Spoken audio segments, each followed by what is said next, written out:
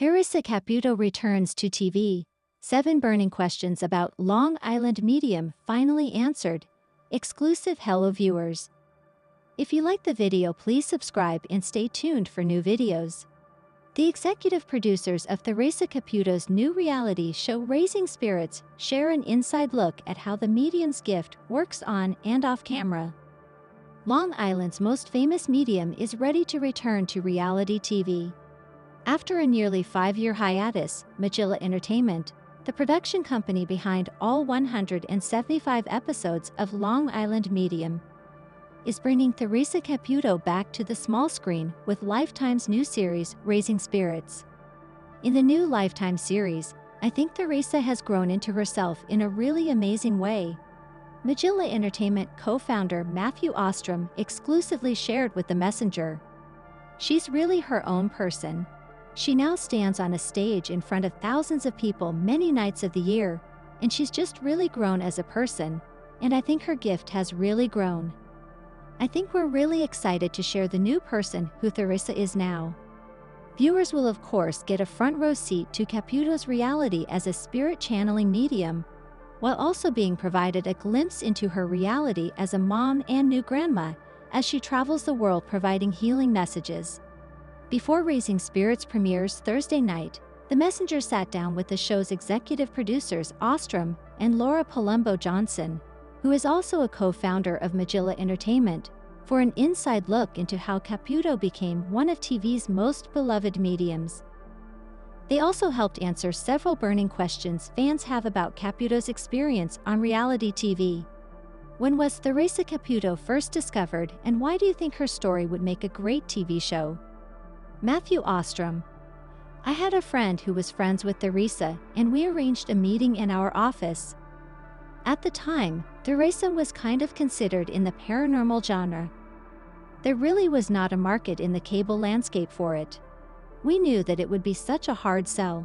She walks in. We sit at a table. We meet her, and she is just so dynamic and fun and funny and engaging. Immediately our wheels started. Then she started to read us, and I was reduced to tears. She crushed me. It was undeniable. My thought was, let's take her to a network, and if they can have the same experience that I just had, we have a chance. We took her to every single network in New York, and she made everybody cry. She was amazing, but nobody wanted to buy the show. Everyone said, she's amazing. We get it, and she's great, but we don't do paranormal. Laura Palumbo Johnson. We were on the 16th floor at that office, and she walked all the way up because she was afraid of elevators, and so she came in huffing and puffing. Before she even sat down for the meeting and read us, we were like, okay, this is gonna be something. And she had the hair. A few minutes later, we're all in tears. It was that experience that really knocks you over, where you're like, there's definitely something here. Even if we know it's a hard sell, there's no way that we're not going to at least try. Ostrom. We went to the Travel Channel of all places, and this woman said, this is the Travel Channel. I don't know how to help you, but I'm gonna give you a development deal. Travel Channel gave us money to develop the idea. We developed it. We shot a presentation. TLC eventually bought the project, and they loved it. We had a tremendous run with Heresa on TLC. And now we're super excited to be with her on Lifetime. Long Island Medium featured Caputo delivering readings at random locations like grocery stores and local restaurants. What was it like capturing those moments? Ostrom.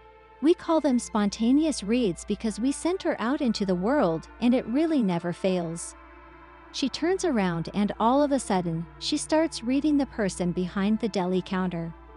It's challenging in that you're in an outdoor environment, so sometimes you're in the middle of this intimate experience between Heresa and this other person, and also in the middle of a grocery store.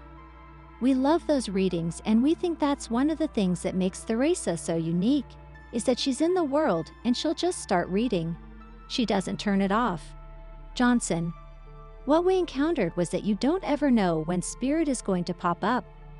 That legitimately was happening, where we thought we were just doing something with her daughter so that we can be back in the house because she had a reading planned, and all of a sudden, We find ourselves in a situation where we're just following this because how could you not? That became more of the norm of the show, but it wasn't how we expected that to go.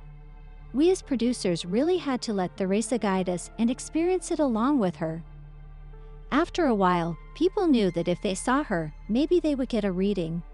We would have crowds start to show up at places. There would be crowds and we would have to try and figure out how to deal with that, because she's this regular Long Island mom, but then she had this growing following. Did you run into problems of people hesitant to have their readings air on the show for privacy or other reasons? Ostrom. For the most part, Heresa really does a great job. She's very good at approaching people and talking to people in a real way.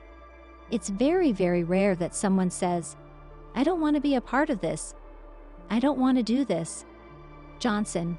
Part of her skill is that she can sense when something is a sensitive topic, so she's very respectful of that.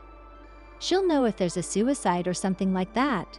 She kind of pushes on one side to make sure that she's getting the helpful message through, but that she's not revealing something that someone doesn't want revealed.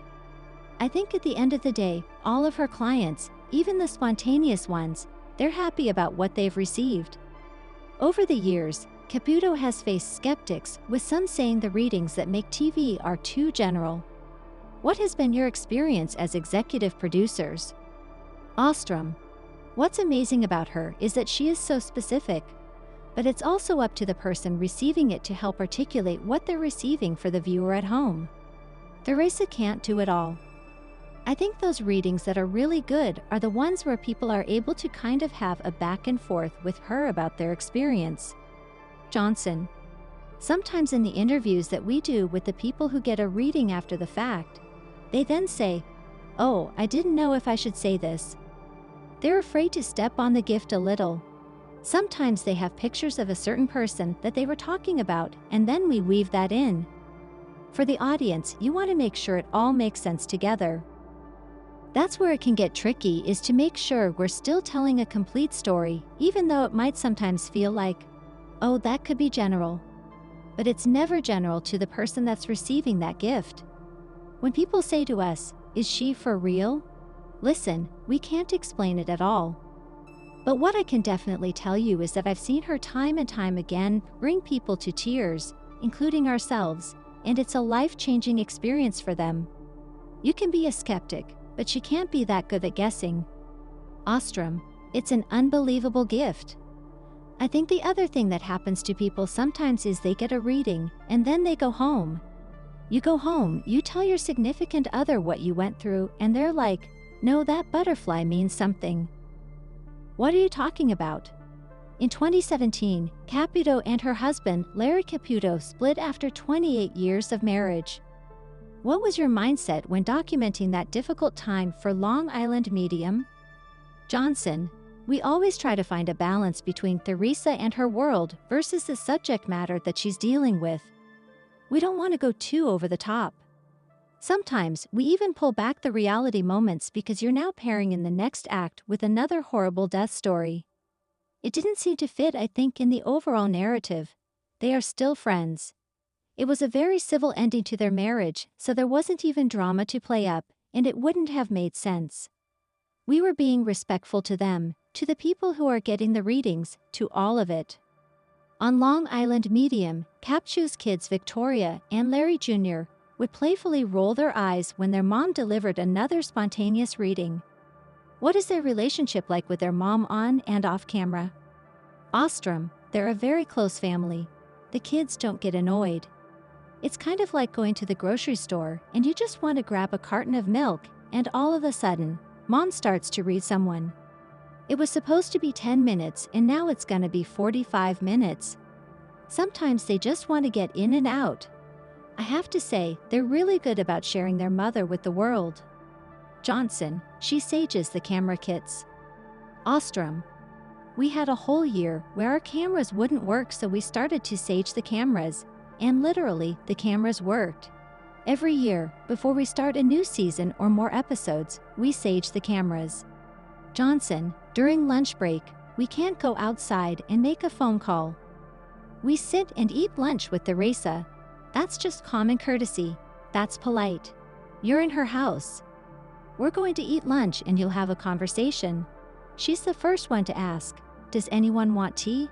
She definitely mothers the crew in a way that's just natural to her because that's just how she is. Most of the crew has been with us forever just because they became part of her family.